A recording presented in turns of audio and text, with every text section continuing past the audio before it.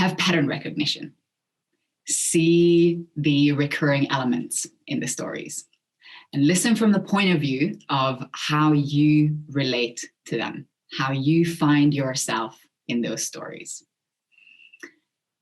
Attachment styles and the way we exist in context manifests in not just intimate settings or romantic settings, but it also has the same pattern, the same psychology when we relate to family, friends, jobs, when we relate to projects or products, our attachment to substances. They are all coming from the same psychology. So today, we're gonna bring up a couple of categories, a couple of boxes, because it can be really helpful to see that what you're doing has an actual pattern to it. And it doesn't necessarily mean that pattern is going to stay a fixed pattern. Just for the heck of it, 5 years ago, I did the 16 personality types test, and I came up as an INTJ. It doesn't matter what it means, just listen to the letters. But today, I did the same test again, and I came up as an ENFP. Out of 4 letters, 3 of them have changed in 5 years. And it's pretty much a momentary response to what's happening in your psyche right now. So when we talk about attachment styles, when you take personality tests, when somebody says that you are a this and that, it just means that at the moment, you are acting, behaving, thinking, feeling, identifying with one specific role. And how quickly and how fluently you change those roles, that's absolutely up to you. And I did say that it's a lot easier to change habits than change personalities, change identifications. So today what we're going to end up with, what I'm going to round it up with, is how those stories relate to identifications, how you think of yourself, feel about yourself, talk to yourself about yourself. Because in the stories, it's not going to be relevant what happened. The relevant bit is how I interpreted it, what I was saying to myself about myself. So here is the worst online date I've ever been on. The one and only. I'm not going to have any more of those. The worst live date that I've been on, and the single worst day of my life. 2 of those are loosely connected to romantic feelings. One of them is completely unconnected to anything romantic or anything sexual, but our sexual center is also our emotional center. So however your sexual life is, it affects your emotional life. If your emotional life is shitty, your sex life, your intimate life is going to be pretty unsatisfying. So I'm going to go chronologically. The worst date that I've ever had as an in-person date. And I've never had one of those dates when I went on a blind date or I just met a person and I had to introduce myself. So we were already dating with this guy. And back then I was working on a cruise ship as a photographer. So I was technically living on a ship on the Bahamas. So it's not a big deal that it happened to be on the Bahamas. After that, I'm going to tell a story about Bethnal Green. So I went from straight up to straight down. I was cruising around the Bahamas. So we saw the same 5 ports each and every, 3 or 4 days. And one of my ports was Nassau, Bahamas. It's a beautiful island, absolutely gorgeous. And the boyfriend back at the time, he had the love language of giving gifts. And that's just not my love language. It just didn't translate for me. So whenever he said things like, we were living on a ship, so I've ordered strawberries for you. And the length that I had to go through for those strawberries to arrive to you. And I'm like, babe, you can get them in the supermarket. Why is it a big deal? I don't get it. And from his side, it was a lot of effort, a lot of investment. And for him, whatever he was doing, it translated completely differently than it was translating for me. I was quite dismissive with everything that he's done for me and to me. So when he asked that, have you been to Paradise Island? That's like a little island just off Nassau. I'm like, no, I haven't. And they have this massive hotel resort in Paradise Island. It's beautiful. But at the end of the day, it's a hotel, a casino, and a water park. There's nothing to it. None of those are things that I specifically enjoy. So we went to Paradise Island, and for the entire time, you can get there two ways. One is by taxi that you're driving. The other one is by a ferry. So we were taking the ferry. And I will never forget I think that was emotionally one of the emptiest moments of my life when we get on the ferry, sit down, and first of all, you have to wear a life jacket because it literally is a ferry. And he's literally cuddling up to me, holding my hand and looking at me like the most, it was the absolute utmost perfect moment of his life. We're going to this beautiful island. We're here together on the Bahamas. It's just absolutely perfect. Just all the setting, it just looks amazing. And he just goes, this is so romantic. And what was going on in my mind was, holy fuck. Which part of this is romantic to you? I'm wearing a fucking life jacket on a boat that rocks like this. We're going to a fucking casino to walk around for 3 hours, then come back to the same ship that we're spending each and every night on. Which part of this is fucking romantic to you that you're holding my hand? Honestly, maybe you would be able to see two very different attachment styles in that meeting. What I was really upset about on that boat is that he did everything the way he thought was perfect, romantic, looked good. He did all the background work. He put all the energy in, and I saw none of that. To me, it didn't translate. We weren't communicating the same language. He did his thing, I was doing my thing, and we were completely miscommunicating. Second one. Reverse online date. I've only been on one of these once.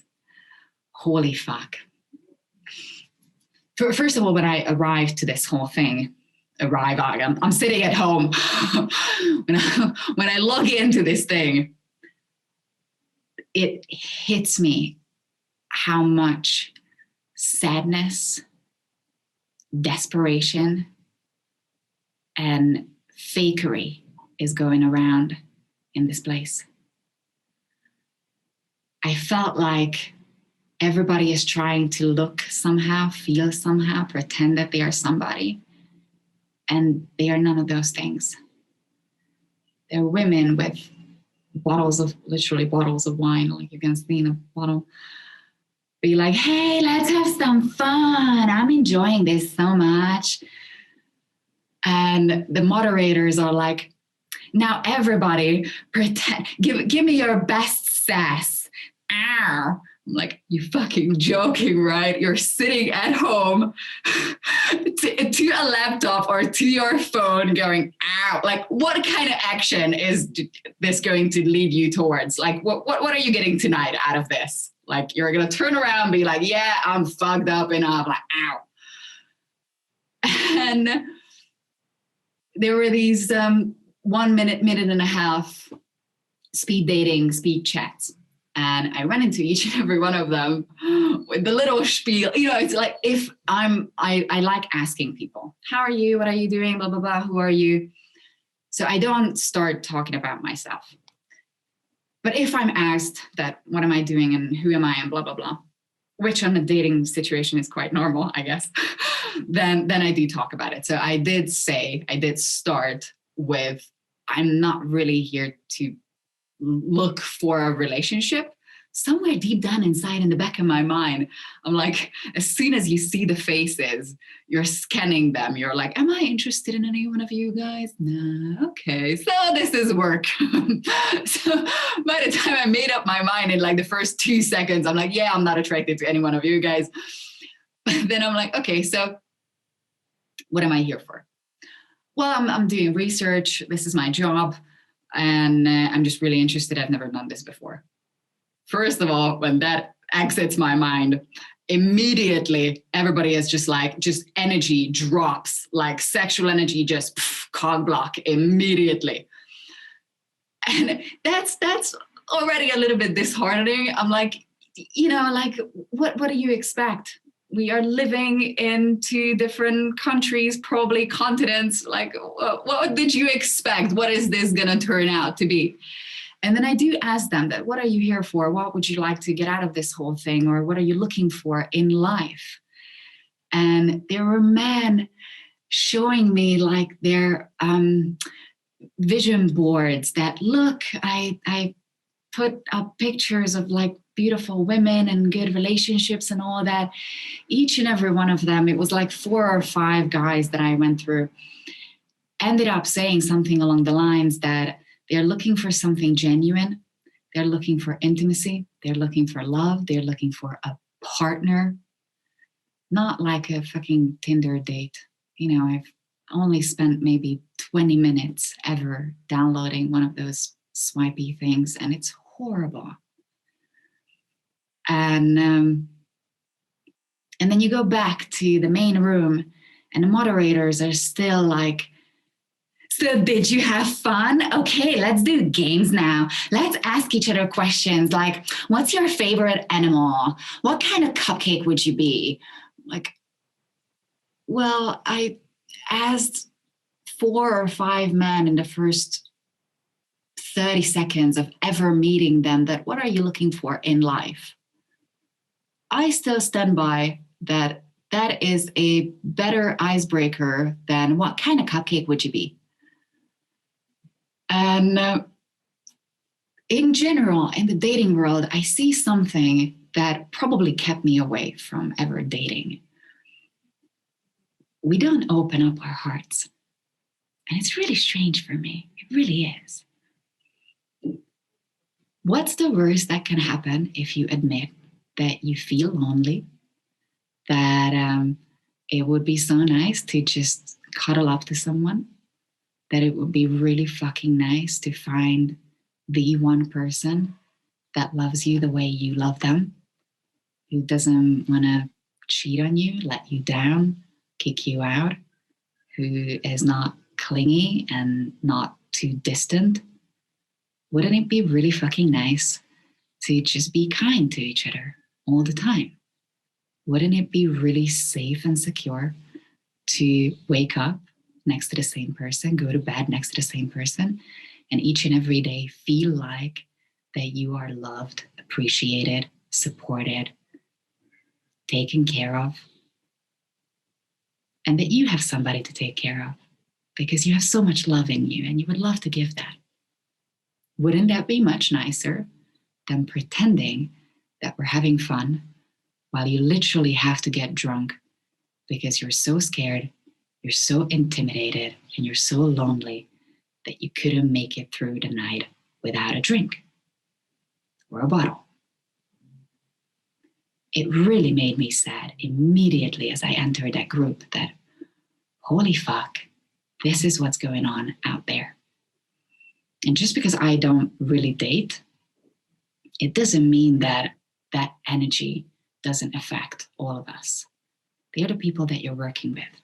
They're the people that are smiling at you and serving you coffee or buying your product or talking to you or sitting next to you on the bus. And those are the feelings that they have inside, but they don't show to anybody. And they pretend that everything is fine. British are great at that. It's like, the weather is nice today. Yeah, there is weather today, isn't there? Oh, it's amazing. Ha, it's worse than yesterday. Well, it's London. What did you expect? Those are not the conversations that we want to have. And those are not the attachments we want to have. Those are not the relations that we want to have. So would it be such a big deal to talk honestly to each other? Third story.